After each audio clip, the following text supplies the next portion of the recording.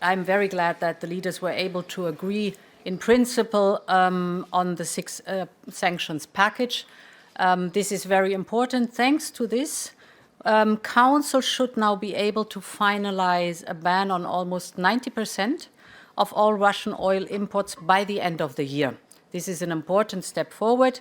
The remaining 10%, on these one, we will soon return to the issue of these remaining 10% pipeline oil.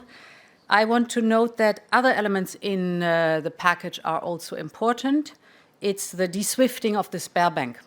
The Sberbank is the biggest Russian bank with 37%. So this is good that we now de-swift the Sberbank.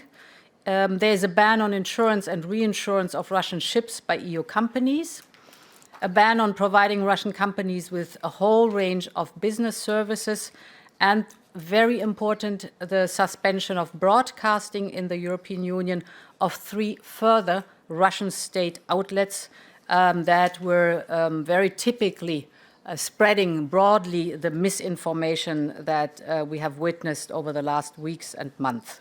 2/3 of the oil that we have in the European Union is seaborne, and 1/3 is pipeline.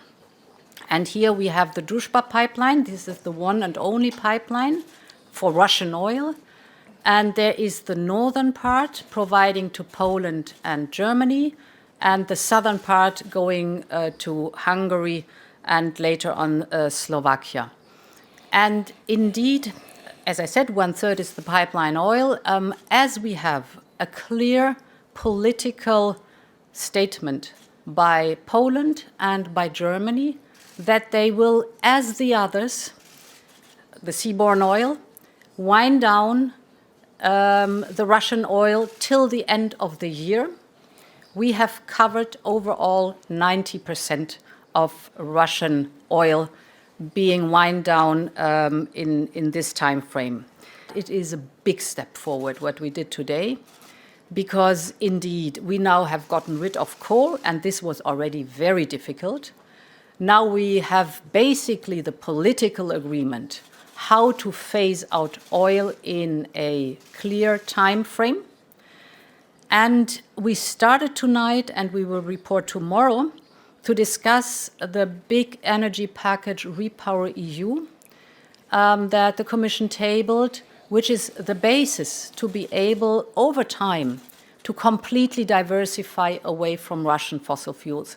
That is our goal, and therefore we have now a very clear roadmap on the table.